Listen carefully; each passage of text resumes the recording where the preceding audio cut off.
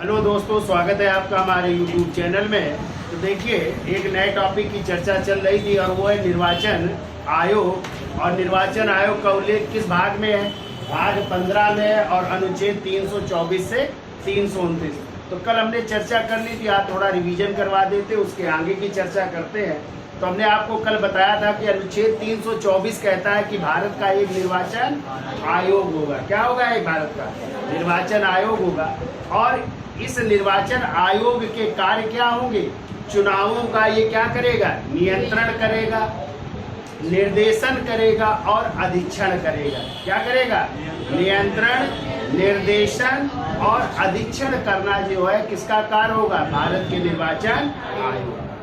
अब निर्वाचन आयोग जो है किस किस के चुनाव करवाएगा? तो हमने कल आपको बताया था कि राष्ट्रपति का चुनाव, उपराष्ट्रपति का चुनाव, राज्यसभा के सदस्यों का चुनाव, लोकसभा के सदस्यों का चुनाव, विधानसभा के सदस्यों का चुनाव और विधान परिषद के सदस्यों का चुनाव कराने की जिम्मेदारी किसकी होगी? भारत के निर्वाचन आयोग।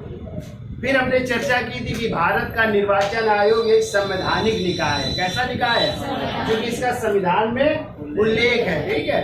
और संवैधानिक निकाय होने के साथ साथ इसके गठन की यदि बात की जाए कि निर्वाचन आयोग का गठन कब हुआ था, तो 25 जनवरी 1950। कब हुआ था?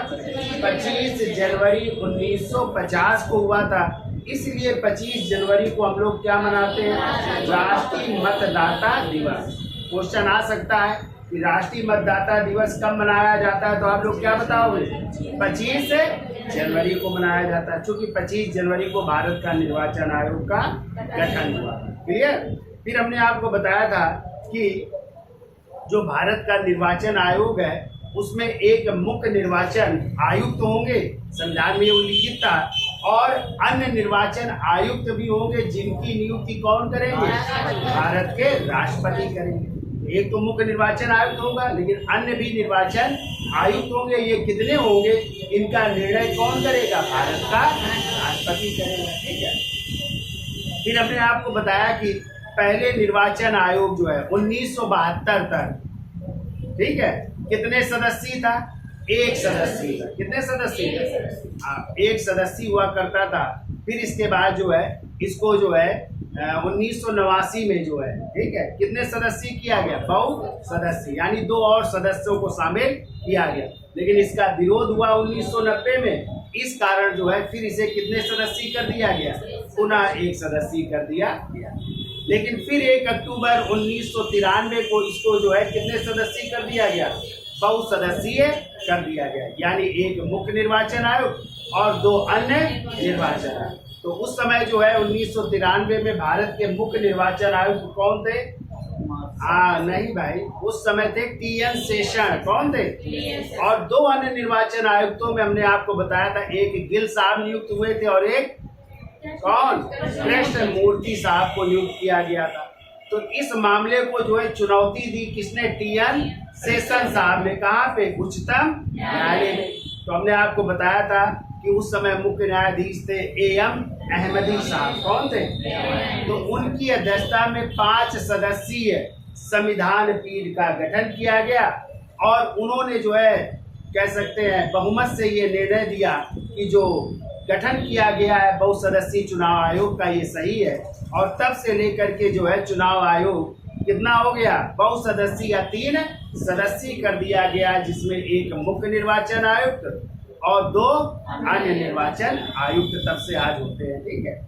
फिर हमने आपको बताया था यदि कार्यकाल की बात की जाए निर्वाचन आयुक्तों की या पदावधि की बात की जाए, तो देखिए लिखा हुआ है कि जो निर्वाचन आयुक्त होगा तो 1972 तक जो है हमने आपको बताया था निर्वाचन आयुक्त का कार्यकाल हुआ। सेवा शर्तें अधिनियम के बारे में कोई विशेष प्रावधान नहीं था। अतः प्रारंभ में जो 2 मुख्य निर्वाचन आयुक्त हुए हैं उनका कार्यकाल कितने कितने वर्ष का रहा? 8 वर्ष का रहा, ठीक है। लेकिन फिर इसके बाद जो है 1972 के बाद जो है जो मुख्य निर्वाचन आयुक्त हैं उनका कार्यकाल कितने वर्ष कर दिया गया? 6 वर्ष या 65 वर्ष की आयु, जो भी पहले हो जाए, या तो 6 वर्ष हो जाए या उनकी आयु 65 वर्ष तक हो जाए, तब तक वो अपने पद पर बने रहेंगे। जबकि जो 2 अन्य निर्वाचन आयुक्त है उनका कार्यकाल कितने वर्ष, 6 वर्ष या 62 वर्ष की आयु तक कर दिया गया। जो भी पहले हो जाएगा तो 6 वर्ष या 62 वर्ष की आयु जो भी पहले हो जाएगा तब तक वो अपने पद पर बने रहेंगे। फिर हमने आपको बताया था कि मुख्य निर्वाचन आयुक्त व अन्य निर्वाचन आयुक्त, ठीक है, अपना यदि त्याग पत्र बीच में देना चाहते हैं तो किसको देंगे, राष्ट्रपति को अपना त्याग पत्र दे करके वो पद मुक्त हो सकते, ठीक है। लेकिन फिर हमने आपको बताया था यदि मुख्य निर्वाचन आयुक्त को पद से हटाना हो तो कौन सी प्रक्रिया है, तो हमने आपको बताया था महाभियोग जैसी प्रक्रिया, यानी संसद में क्या लाया जाएगा, प्रस्ताव, और दोनों सदनों से जो है विशेष बहुमत से यदि पास होगा तो भी इनको क्या करना पड़ेगा, हटना पड़ेगा। तो हमने आपको बताया था जैसे सर्वोच्च न्यायालय के न्यायाधीशों को हटाने की प्रक्रिया है वैसे ही भारत के मुख्य निर्वाचन आयुक्त को हटाने की प्रक्रिया है। जबकि अन्य 2 निर्वाचन आयुक्त हैं उनको हटाने के लिए जो मुख्य निर्वाचन आयुक्त होगा वो सलाह देगा और उसकी सलाह से राष्ट्रपति उनको पद से क्या कर सकते हैं, हटा सकते। क्लियर। फिर हमने आपको बताया था कि मुख्य निर्वाचन आयुक्त व अन्य निर्वाचन आयुक्तों को शपथ कौन दिलाता है, तो हमने आपको बताया था शपथ दिलाते हैं राष्ट्रपति। कौन दिलाते हैं, भारत के राष्ट्रपति। और यदि राष्ट्रपति नहीं है तो उनके द्वारा कौन, नियुक्त कोई व्यक्ति जो है इनको जो है शपथ दिलाता है, ठीक है। तो उनके द्वारा नियुक्त कौन, कोई भी व्यक्ति जो है उनको शपथ दिला सकता है, ठीक है। फिर हमने चर्चा की थी कि जो है मताधिकार की आयु की बात की थी, तो हमने आपको एक अनुच्छेद बताया था कि अनुच्छेद 326 में किसकी बात की गई है, वयस्क मताधिकार की बात की गई है। मताधिकार देने का अधिकार दिया गया है। और हमने आपको बताया था पहले मताधिकार की आयु कितने वर्ष थी, 21 वर्ष थी, और लेकिन 21 वर्ष से घटा करके किस संशोधन द्वारा, 61वें संविधान संशोधन 1989 द्वारा, 61वें संविधान संशोधन कब आया, 1989 द्वारा मताधिकार की आयु 21 वर्ष से घटाकर कितने वर्ष कर दी गई है, 18 वर्ष कर दी गई है। और आज आप लोग जो है 18 वर्ष की आयु में मतदान कर सकते हैं, लेकिन आपका नाम कहाँ होना चाहिए, मतदाता सूची में होना चाहिए, तब आप वोट दे सकते हैं। क्लियर। तो किसमें है वयस्क मताधिकार का उल्लेख, 326 में। पहले मताधिकार की आयु क्या थी, 21 वर्ष। किस संशोधन द्वारा 18 वर्ष कर दी गई, 61वें संविधान संशोधन 1989 द्वारा मताधिकार की आयु कितनी कर दी गई है, 18 वर्ष कर दी गई, ठीक है। फिर हमने आपको बताया था यदि आज महिलाओं को पहली बार मताधिकार का प्रयोग कब दिया गया, तो भारत में जो है महिलाओं को जो है पहली बार मताधिकार का प्रयोग कब मिला, 1926 से जो है पहली बार महिलाओं को मताधिकार के प्रयोग की अनुमति दी जा रही है। और इसका प्रावधान आया था 1919 के भारत शासन, ठीक है। तो ये भी हमने चर्चा की थी। फिर हमने जो है राज्य के निर्वाचन आयोग की चर्चा की थी, और राज्य के निर्वाचन आयोग का उल्लेख किस अनुच्छेद में है, अनुच्छेद 247 में है, ठीक है। तो राज्य के निर्वाचन आयोग का यदि आ जाए कभी कि राज्य का निर्वाचन आयोग का उल्लेख किस अनुच्छेद में है, तो अनुच्छेद 247 में है। और राज्य निर्वाचन आयोग को कौन गठन करता है, राज्यपाल, ठीक है। कौन करता है, राज्यपाल द्वारा की जाती राज्य निर्वाचन आयोग की नियुक्तियां। तो यहाँ पे लिख लेना, लिख लो, राज्य निर्वाचन आयोग का उल्लेख है, निर्वाचन आयोग का उल्लेख है किस अनुच्छेद में, अनुच्छेद 247 में है, ठीक है। और यदि आ जाए राज्य निर्वाचन आयोग की नियुक्ति कौन करता है, तो नियुक्ति लिख लीजिएगा, किसके द्वारा, राज्यपाल द्वारा की जाती है, ठीक है। और राज्य निर्वाचन आयोग कौन कौन से चुनाव करवाती है, कल हमने चर्चा की थी। तो जो ग्राम पंचायत के चुनाव होते हैं, जो क्षेत्र पंचायत यानी बीडीसी के चुनाव होते हैं, जो जिला पंचायत के चुनाव होते हैं, जो नगर पंचायत के चुनाव होते हैं, जो नगर पालिका परिषद के चुनाव होते हैं और जो कहाँ के नगर निगम के चुनाव होते हैं, उनकी जिम्मेदारी होती है राज्य निर्वाचन आयोग। यदि आया था क्वेश्चन है कि ग्राम पंचायत का चुनाव कौन करवाता है, तो राज्य निर्वाचन आयोग। और जब आ जाए राष्ट्रपति या उपराष्ट्रपति या राज्यसभा के सदस्यों का, लोकसभा के सदस्यों का, विधानसभा के सदस्यों का और विधान परिषद के सदस्यों का चुनाव कौन कराता है, तो बताओगे भारत का निर्वाचन आयोग या भारत का चुनाव, ठीक है, वो ये चुनाव करवाता है। और ये वाले चुनाव ग्राम पंचायत, नगर पालिका, नगर पंचायत, पार्षद, ये सब चुनाव करवाता है राज्य का निर्वाचन। क्लियर, याद रहेगा। अब देखो इस निर्वाचन आयोग के दायित्व क्या है, ठीक है, उसकी चर्चा कर लेते हैं। तो हेडिंग डाल लीजिए, निर्वाचन आयोग के दायित्व है।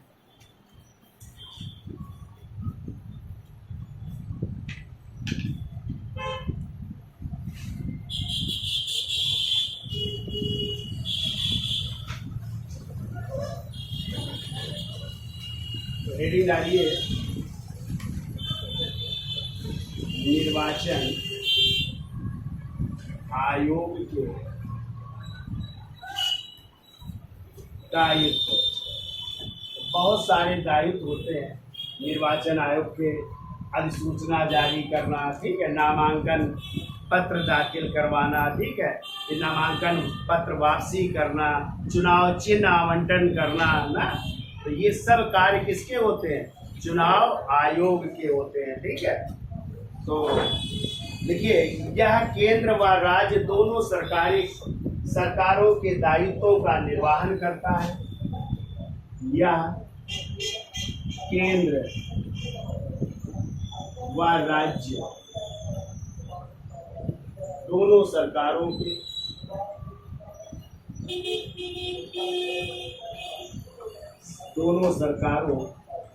के दायित्व का निर्वहन करता है, दायित्व का निर्वहन करता है।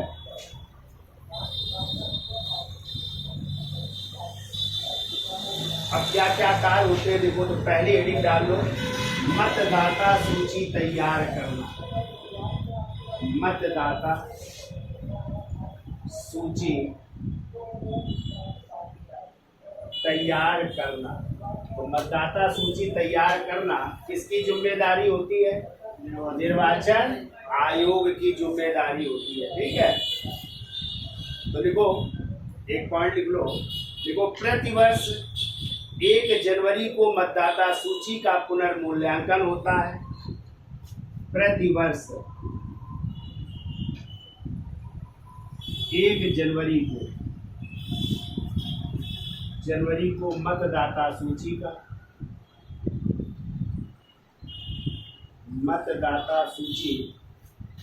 का पुनर्मूल्यांकन होता है। पुनर्मूल्यांकन होता है, ठीक है। फिर देखो अगला पॉइंट, देखो चुनाव आयोग केंद्र व राज्य सरकार के, चुनाव आयोग या निर्वाचन आयोग केंद्र व राज्य सरकार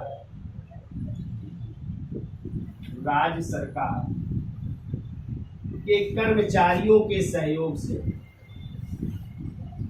राज्य सरकार के कर्मचारियों के सहयोग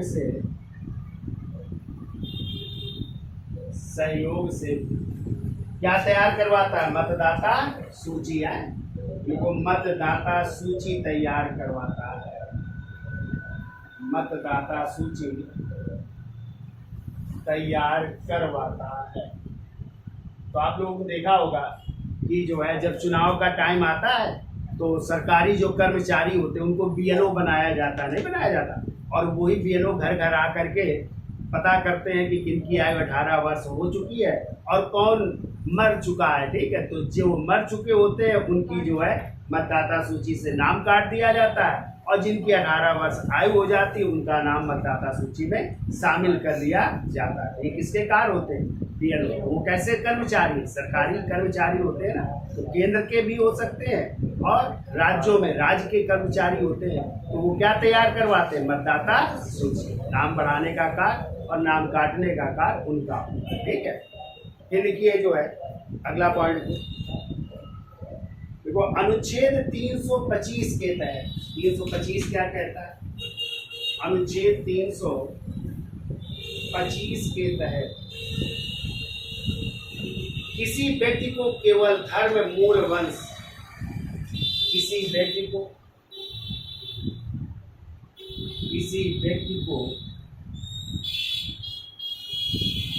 केवल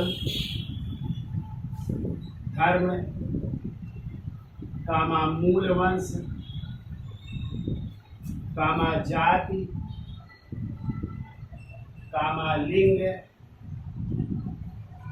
तो धर्म, मूल वंश, लिंग या इनमें से किसी एक के आधार पर, या इनमें से किसी एक के आधार पर, किसी एक के आधार पर भेदभाव नहीं किया जाएगा, भेदभाव नहीं किया जाएगा। तो ये क्वेश्चन पूछा गया है अनुच्छेद 325 है। तो 324 में तो भारत का निर्वाचन आयोग है। 325 क्या कहता है कि किसी को जो है धर्म, मूल वंश, जाति, लिंग या इनमें से किसी एक के आधार पर क्या नहीं किया जाएगा? भेदभाव नहीं किया जाएगा, या कह सकते हैं उनका नाम जो है जो मतदाता सूची उसमें जो है हटाया नहीं जाएगा। ठीक है, ये मतलब सम्मिलित होने से वंचित नहीं किया जाएगा, ये कहा गया है। ठीक है, फिर देखो अगला पॉइंट, उत्तर प्रदेश में यदि आ जाए सर्वाधिक मतदाता कहाँ पे है? तो देखो उत्तर प्रदेश में सर्वाधिक मतदाता, उत्तर प्रदेश में सर्वाधिक मतदाता, जबकि लक्षद्वीप में सबसे कम मतदाता है, जबकि लक्षद्वीप में सबसे कम मतदाता है,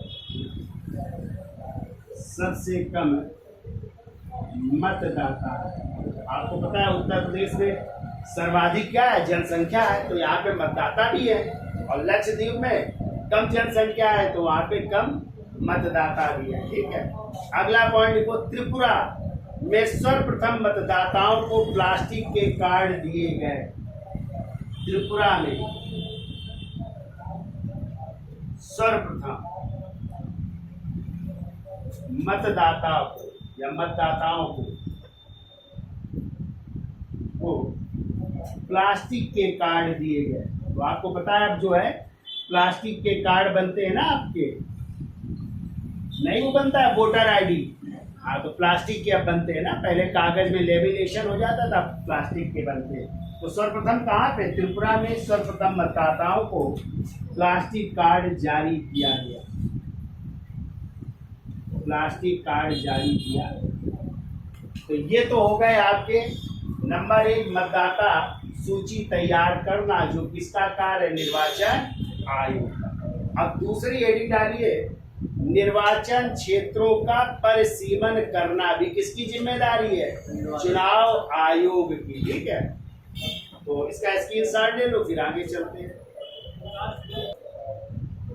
तो देखिए चुनाव आयोग का कार्य होता है निर्वाचन क्षेत्रों का परिसीमन करना। तो आपको पता है यदि आ जाए किस अनुच्छेद के तहत निर्वाचन क्षेत्रों के परिसीमन के लिए एक आयोग गठित करने का प्रावधान है, यदि ये क्वेश्चन आ जाए तो आप लोग बता सकते हो, बताइए। अच्छा, अनुच्छेद 83, 84, 82, 85 किस अनुच्छेद में है? परसीमन आयोग का, पीछे हमने पढ़ाया है आप लोगों को। तो अनुच्छेद 82 में जो है निर्वाचन क्षेत्रों के लिए परसीमन आयोग के गठन का प्रावधान किया गया है, ठीक है। और आपको पता है कि इस जो परसीमन आयोग होता है उसका अध्यक्ष होता है भारत का मुख्य निर्वाचन आयोग। और फिर परसीमन जो गठित किया जाता है किसी राज्य के लिए, परसीमन का मतलब होता है क्षेत्र बदलना। सीटें तो उतनी ही रहेंगी लोकसभा की, लेकिन क्षेत्रों में बदलाव किया जा सकता है, वो होता है परसीमन। और अब तक जो है 4 परसीमन आयोग गठित किए जा चुके हैं और चौथा गठित हुआ था न्यायाधीश कुलदीप सिंह की अध्यक्षता में, ठीक है। और अभी जो है जम्मू कश्मीर के लिए भी परसीमन आयोग गठित किया गया था, तो वो गठित हुआ था न्यायमूर्ति रंजना प्रकाश देसाई की अध्यक्षता में, ठीक है। तो वहाँ पे भी जो है अभी आपको पता है विधानसभा की सीटों का निर्धारण किया गया है जम्मू कश्मीर में। तो अब कितनी सीटें निर्धारित की गई हैं जम्मू कश्मीर के लिए? 90 सीटें निर्धारित की गई विधानसभा के लिए, ठीक है। तो वो परसीमन किसके अध्यक्षता में गठित किया गया था? न्यायमूर्ति रंजना प्रकाश देसाई की अध्यक्षता में, ठीक है। तो लिखिए पहला पॉइंट, देखो अनुच्छेद 82 के तहत, अनुच्छेद 82 के तहत चुनाव क्षेत्रों का परसीमन करने हेतु, चुनाव क्षेत्रों का परसीमन करने हेतु एक आयोग के गठन का प्रावधान है।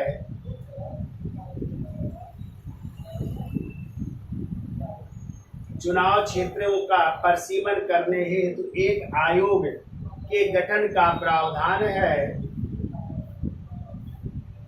एक आयोग के गठन का प्रावधान है। अगला पॉइंट देखो, समानतः मुख्य निर्वाचन आयुक्त ही, समानतः मुख्य निर्वाचन आयुक्त ही, मुख्य निर्वाचन आयुक्त ही परसीमन आयोग का पदेन अध्यक्ष होता है। परसीमन आयोग का पदेन अध्यक्ष होता है। पदेन अध्यक्ष होता है। देखिए अगला पॉइंट, प्रत्येक जनगणना के बाद परसीमन आयोग के गठन का प्रावधान है। प्रत्येक जनगणना के बाद परसीमन आयोग के गठन का प्रावधान है।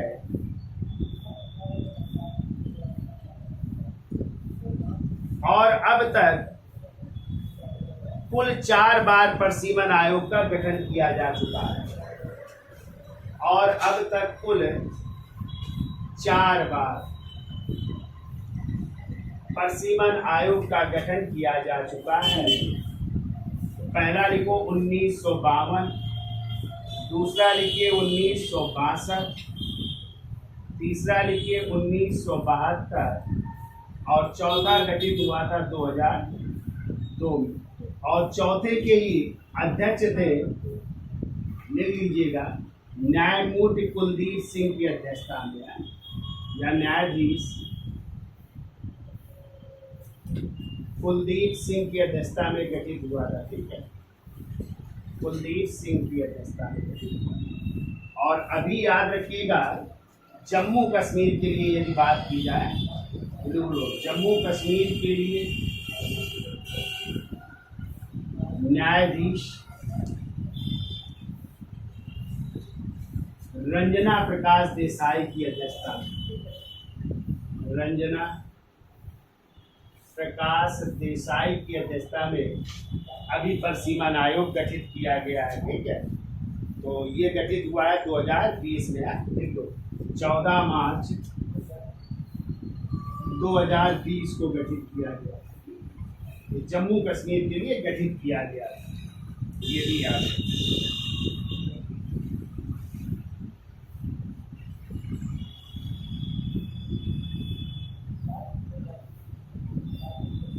ठीक। तो हमने आपको बताया था 2026 तक ना तो लोकसभा की सीटों में ना विधानसभा की सीटों में कोई बदलाव नहीं होगा। ठीक है, 2026 तक सीटों में कोई बदलाव नहीं होगा, सीटों में कोई बदलाव नहीं। और ये किस संशोधन द्वारा किया गया?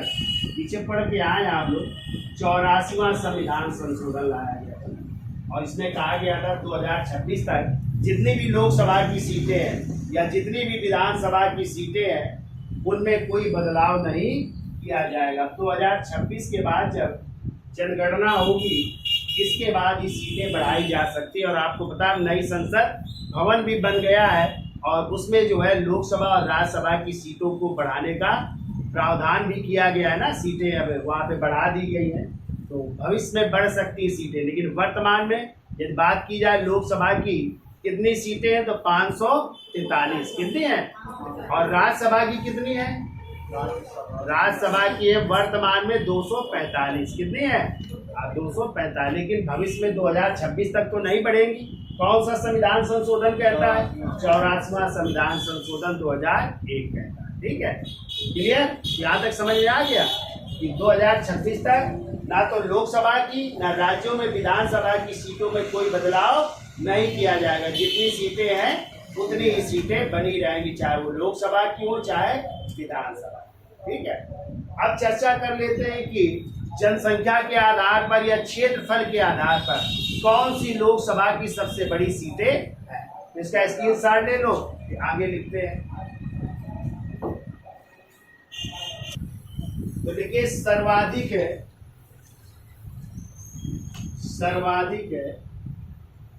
मतदाता वाली लोकसभा सीट, सर्वाधिक मतदाता वाली लोकसभा सीट,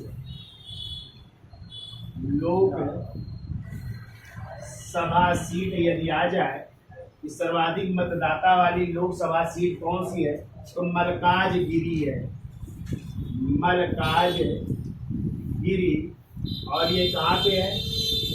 आंध्र प्रदेश में है। ठीक है, तो यहाँ पे सर्वाधिक मतदाता है। ठीक है, तो सर्वाधिक मतदाता वाली लोकसभा सीट मल्काजगिरी आंध्र प्रदेश। ठीक है, फिर को न्यूनतम मतदाता वाली लोकसभा सीट, न्यूनतम मतदाता वाली लोकसभा सीट यदि आ जाए तो वो हो जाएगी लक्षद्वीप।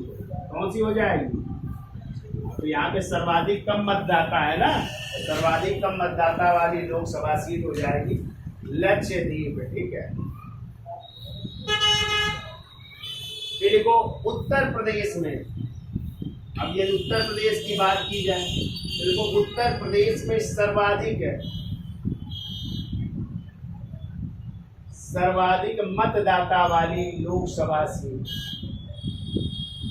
मतदाता वाली लोकसभा सीट तो हो जाएगी आपकी गाजियाबाद। कौन सी हो जाएगी? और गाजियाबाद कहाँ पे पड़ेगा? उत्तर प्रदेश में पड़ेगा। लिख लो गाजियाबाद उत्तर प्रदेश है।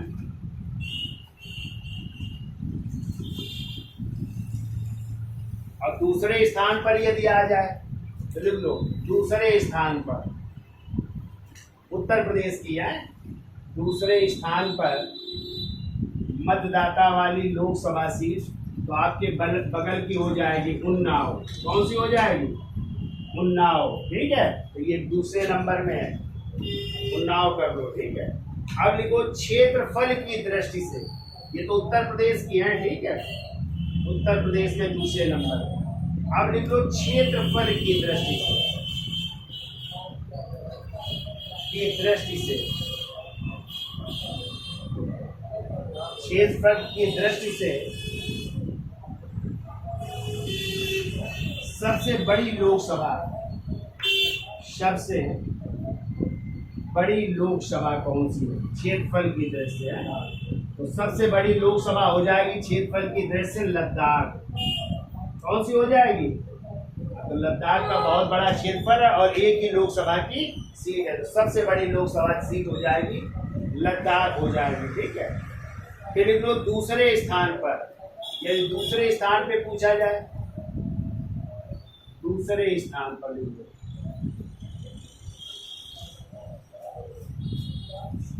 तो दूसरे स्थान पर लिख लो बाड़मेर राजस्थान की है, बाड़मेर, और ये है राजस्थान। और कभी तीसरे स्थान पर आ जाए तो तीसरे स्थान पे भी लिख लो कच्छ, सुना है? तो कच्छ लोकसभा सीट है जो कहाँ पे है? गुजरात।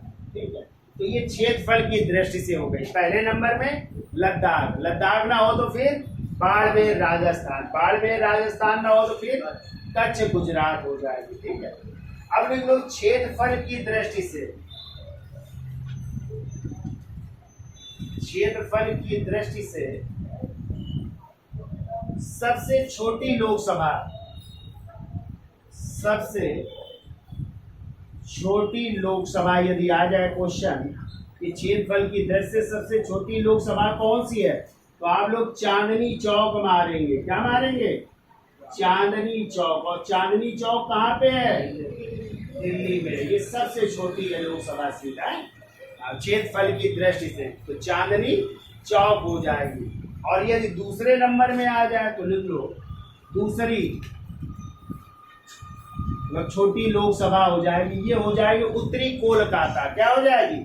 हाँ, उत्तरी कोलकाता हो जाएगी, तो लिख लो उत्तरी कोलकाता, यानी कलकत्ता में है। ठीक है, तो दूसरे नंबर में ये है सबसे छोटी चांदनी चौक। ठीक है, क्षेत्रफल की दृष्टि से। और जनसंख्या की दृष्टि से क्या मारा? क्यों भाई? मतदाता की दृष्टि से मलकाज गिरी हो जाएगी। ठीक है, और उत्तर प्रदेश में आ जाए तो गाजियाबाद हो जाएगी। ठीक है, याद हो जाएगा इतना, इतना लिख लीजिए।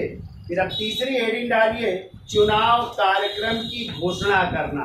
किसका कार्य होता है? निर्वाचन आयोग का।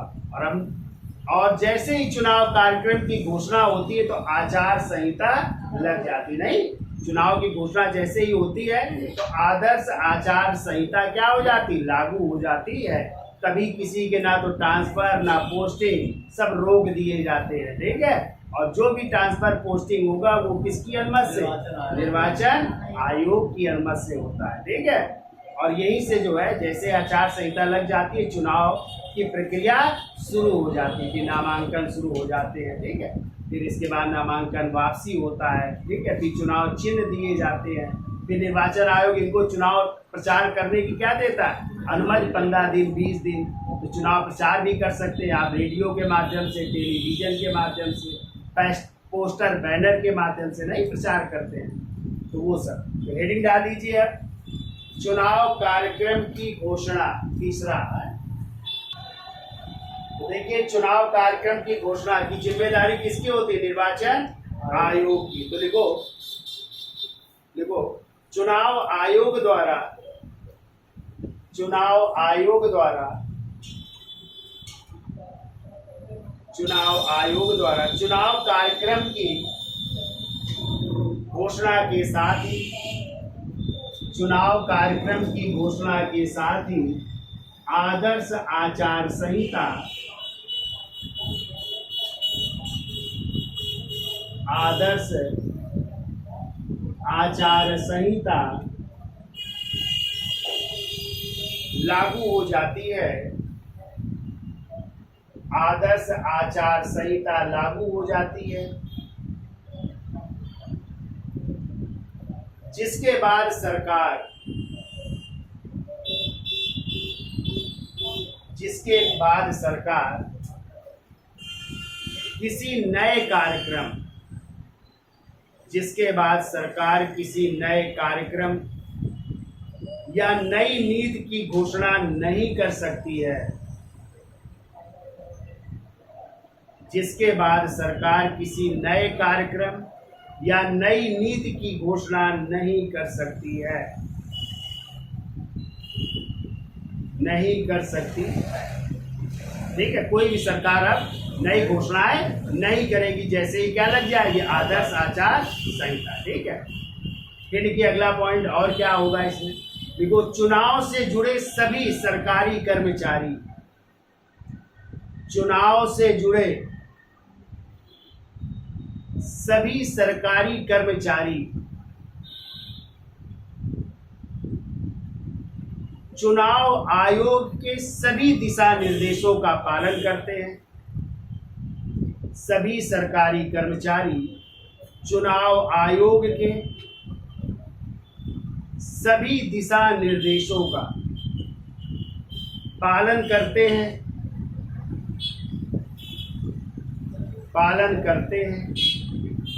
वह उनका स्थानांतरण, यानी यदि ट्रांसफर होना है उनका, ठीक है, इनको वह उनका स्थानांतरण तथा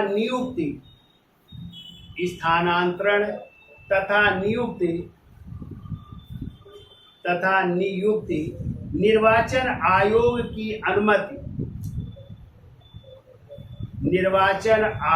की अनुमति लिए बिना नहीं की जा सकती है।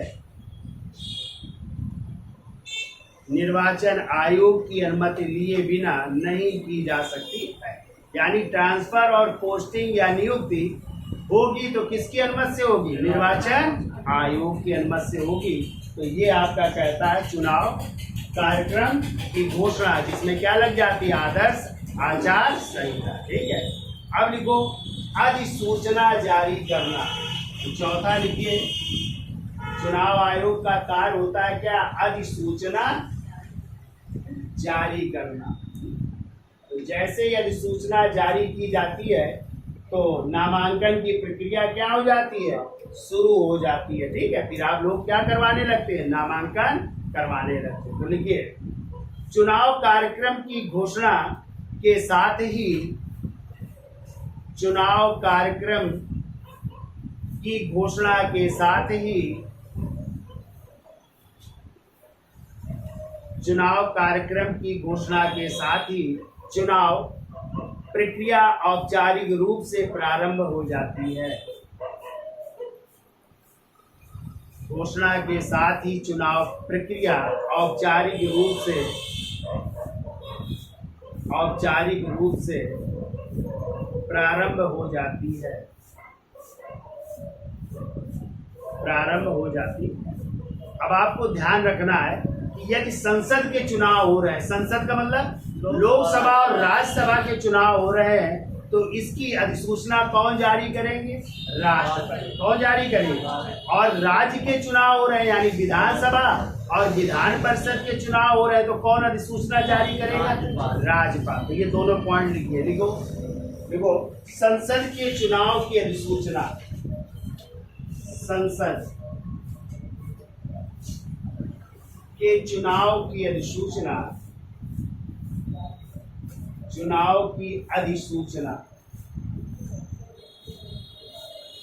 किसके द्वारा?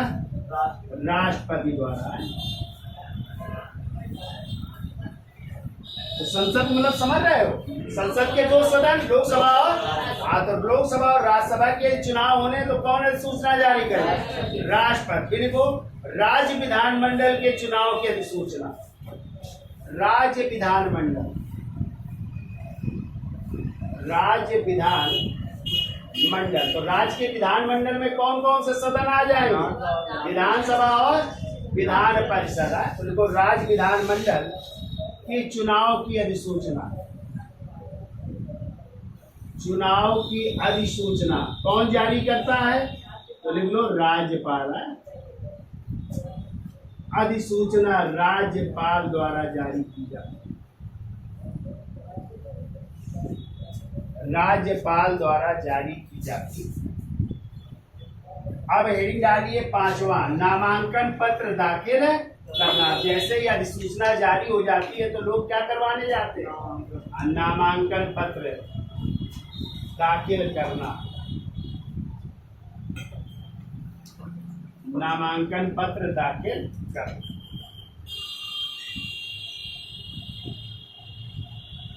तो देखिए, देखो 2007 से नामांकन पत्र के साथ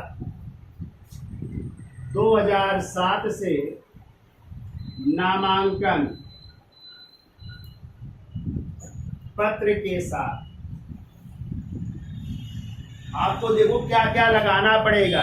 एक तो शैक्षिक योग्यता लगानी पड़ेगी, आप कितना पढ़े हो, ठीक है। आपको उस शैक्षिक योग्यता में आपका क्या होगा, डेट ऑफ बर्थ भी होगी, आप फर्जी नहीं लगा सकते।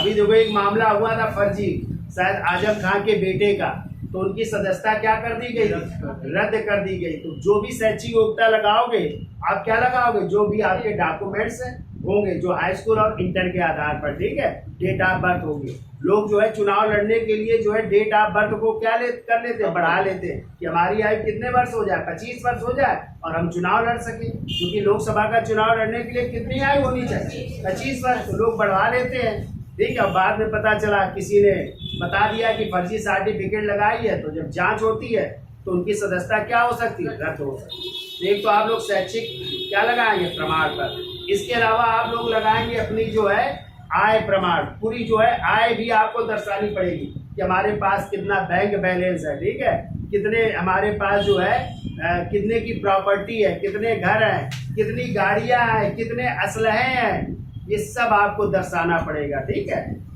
मतलब शस्त्र कितने हैं ना, जो नहीं लेते हैं, जो जिनका लाइसेंस होता है, तो वो भी आपको दर्शाना पड़ेगा, गाड़ियां दर्शाना पड़ेगा, पत्नी के नाम कितनी संपत्ति है, बेटों के नाम कितनी संपत्ति है, सब आपको दर्शाना पड़ता है, ठीक है। ये 2007 से कर दिया गया, ठीक है।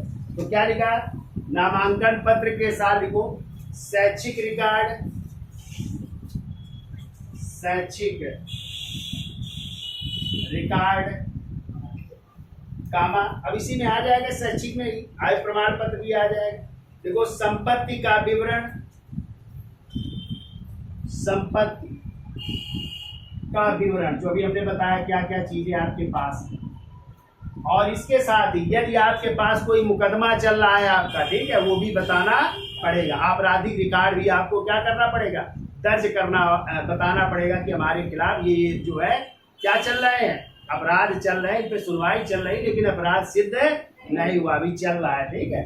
तो लिख लो संपत्ति का विवरण कामा, आपराधिक मुकदमों का विवरण भी प्रस्तुत करना होता है। आपराधिक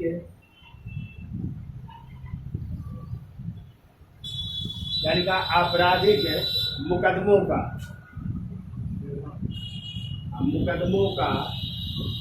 विवरण सब भरना पड़ता है उसमें फार्म में, ठीक है, विवरण प्रस्तुत करना पड़ता है, ठीक है। अब देखो किसे जिला निर्वाचन अधिकारी बनाया जाएगा, तो जो भी जिले का क्या होगा, डीएम डिस्ट्रिक्ट मजिस्ट्रेट होगा, उसी को जिला निर्वाचन अधिकारी बनाया जाता है। तो देखो अगला पॉइंट, देखो जिला अधिकारी को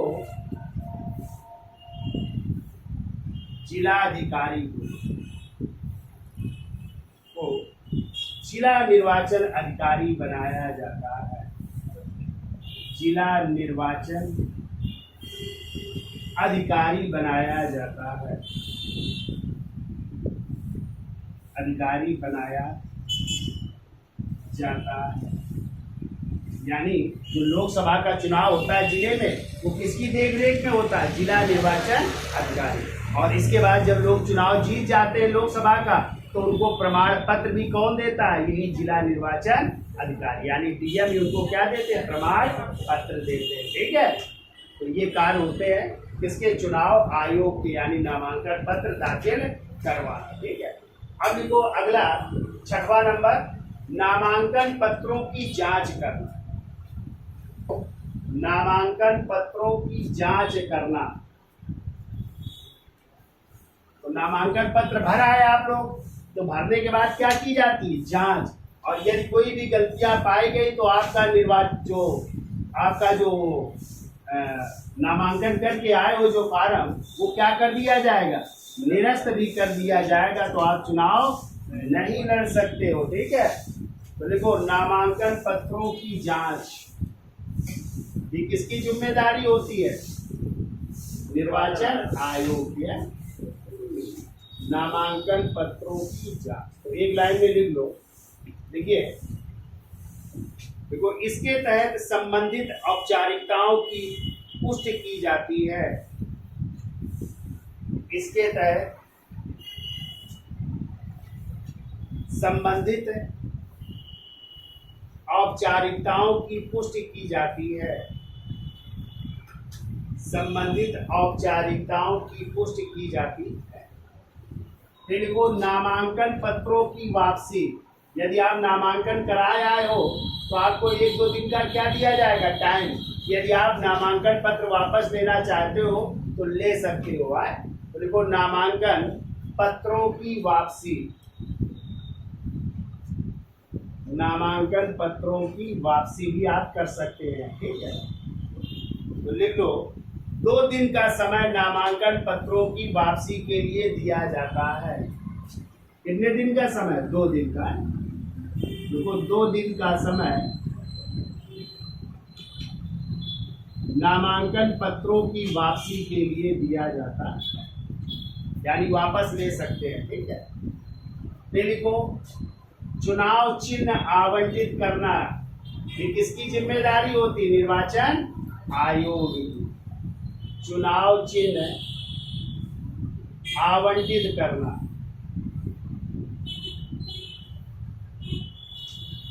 तो देखिए, यदि आप लोग राष्ट्रीय दल से हैं या प्रादेशिक दल से है तो उनका चुनाव चिन्ह होता है। जैसे राष्ट्रीय पार्टियां है ना, भाजपा जैसे, उनका क्या है? कमल का फूल। कांग्रेस जिसका क्या है? जिसका हाथ का पंजा है। तो ये राष्ट्रीय पार्टियों के अपने चुनाव चिन्ह होते हैं। ऐसे प्रादेशिक पार्टियां होती, उनके भी चुनाव चिन्ह होते हैं। जैसे सपा हो गया, बसपा, ये सब प्रादेशिक तो अपना साइकिल है, किसी का हाथी है, किसी का कुछ है, ठीक है। लेकिन जो निर्दलीय चुनाव लड़ते हैं, ठीक है, किसी पार्टी से नहीं होते, तो उनको चुनाव चिन्ह कौन देता है? निर्वाचन आयोग देता है। एक लाइन में लिखो, देखो, निर्वाचन आयोग चुनाव चिन्ह देता है। निर्वाचन आयोग चुनाव चिन्ह देता है। अब लिखो, चुनाव प्रचार। तो अब आप चुनाव लड़ रहे हैं तो चुनाव प्रचार का भी आपको अधिकार मिलता है, और ये अधिकार कौन देता है? निर्वाचन आयोग देता है। तो लिखो, चुनाव प्रचार। तो देखो, प्रायः 10 से 15 दिन का समय चुनाव प्रचार के लिए दिया जाता है। 10 से कितने दिन का? 15 दिन का समय। प्रायः 10 से 15 दिन का समय चुनाव प्रचार के लिए दिया जाता है। चुनाव प्रचार के लिए दिया जाता है। अब देखो, आप लोग चुनाव लड़ते हो तो जो निर्वाचन आयोग कहता है कि यदि आप लोकसभा का चुनाव लड़ रहे हैं तो कितना रुपया खर्च कर सकते हो, पता है? पहले 40 लाख था, अब कर दिया गया 77 लाख। कितने लाख? 77 लाख कर दिया गया। तो लिख लो, लोकसभा का चुनाव लड़ने के लिए 40 लाख से बढ़ाकर कितना? 77 लाख तक आप लोग खर्च कर सकते हैं, ठीक है। कितने लाख खर्च कर सकते हो? ये चुनाव आयोग कहता है, लेकिन खर्च बहुत होता है। करोड़ों में लोग खर्च करते हैं, 2-2, 5-5 करोड़ खर्च कर देते हैं। लेकिन चुनाव आयोग कितने लाख कहता है? 77 लाख को आपको दर्शाना पड़ेगा, ठीक है।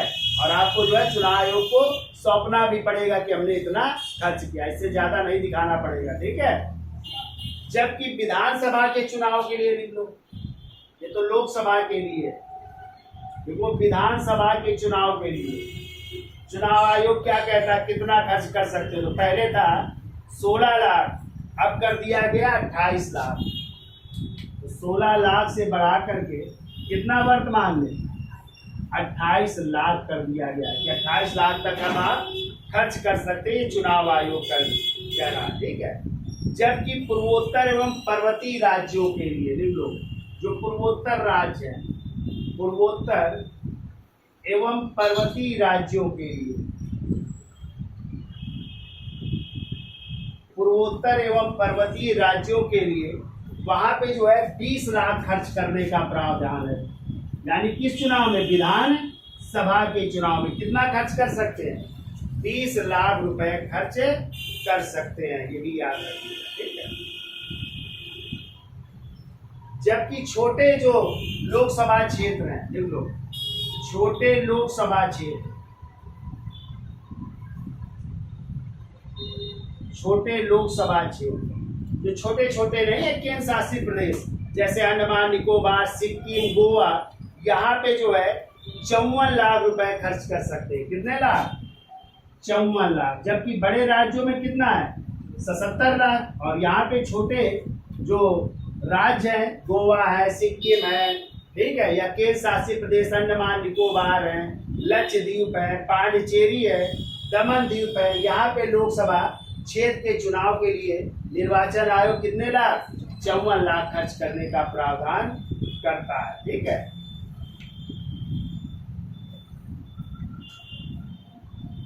देखो मतदान की समाप्ति के 48 घंटे पूर्व मतदान, ये क्वेश्चन कई बार पूछा गया है। ठीक है, मतदान की समाप्ति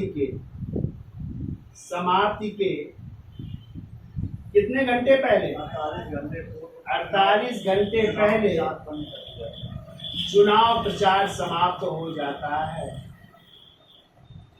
चुनाव प्रचार समाप्त हो जाता है। तो जैसे नहीं होता परसों चुनाव पढ़ने, वोटिंग पढ़नी, तो आज शाम 5 बजे से क्या हो जाएगा? चुनाव प्रचार समाप्त हो जाएगा। यानी मतदान जब समाप्त होने के कितने घंटे पहले?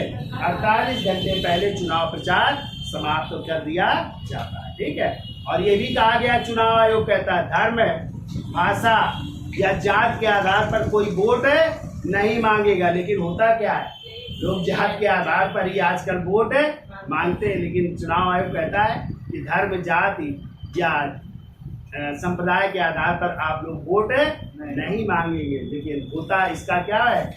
उल्टा होता है। ठीक है, ये भी आपको याद रखना है। ठीक, अब देखिए जमानत राशि कितनी है? लोकसभा का चुनाव लड़ना है श्रेयांशी, तो कितने लाख रुपए लगेंगे चुनाव लड़ने के लिए? लोकसभा का चुनाव भरना है फार्म आपको, तो बताओ कितने का फार्म मिलेगा? इसे कहते हैं जमानत राशि। फार्म कितने का मिलेगा? चुनाव हुए अभी लोकसभा के, जनरल और ओबीसी के लिए पता है कितने हजार? 25,000 का। कितने हजार का? और एससी और एसटी के लिए इसका आधा, यानी 12,500 का फार्म मिलेगा। और जमानत कब जब्त हो जाती है आकाश? यदि कुल वैध मतों का कितना? 1/6 मत यदि नहीं प्राप्त होते हैं तो आपकी ये जमानत राशि जो 25,000 है या 12,500 है, वो क्या हो जाएगी? जब्त हो जाएगी, वो वापस नहीं मिलेगी। ठीक है, तो लिख लो जमानत राशि, इसका स्क्रीनशॉट ले लो। फिर जमानत राशि तो लिखिए जमानत राशि। तो पहले हम चर्चा कर लेते हैं लोकसभा की। तो लिखो लोकसभा। तो लोकसभा में जमानत राशि है, लिखो सामान्य वर्ग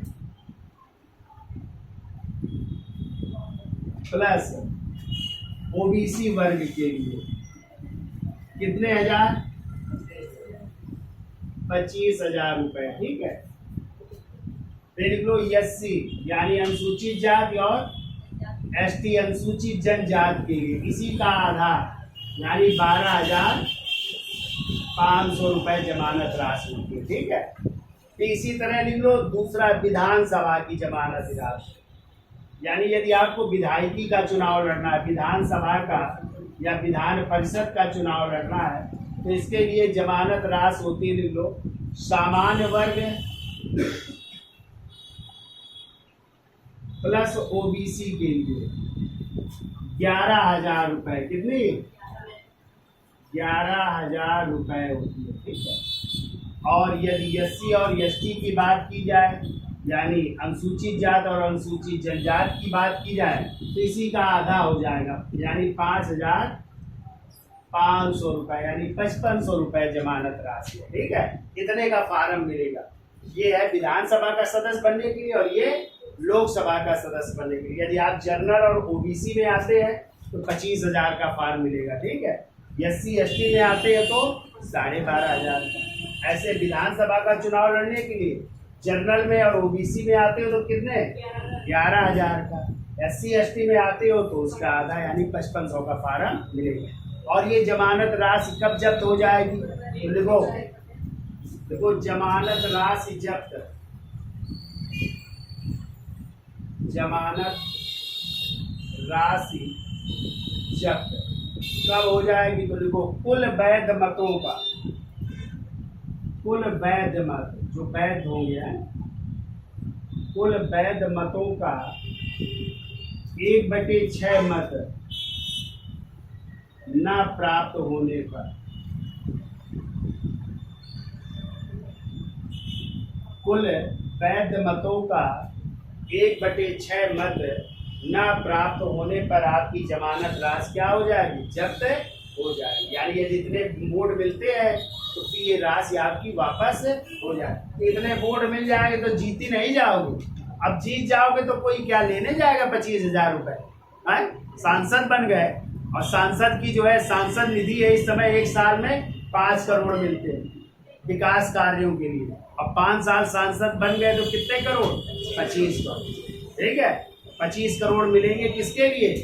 अपने उस लोकसभा के निर्वाचन क्षेत्र के विकास कार्यों के लिए। ठीक है, तो विकास कार्यों में तो कम लगता है, आधा लगाते हैं और आधा सांसदों का हो जाता है। ठीक है, यानी वो कई करोड़ के मालिक हो जाते हैं 5 साल में। ठीक है, तो ये तो थी निर्वाचन आयोग की उत्तरदायित्व। ठीक है, अब कुछ मेन पॉइंट रह गए, मुख्य बिंदु रह गए, उनको भी हम लिखा देते हैं। ठीक है, इसका स्क्रीनशॉट ले लो, फिर आगे चलते हैं।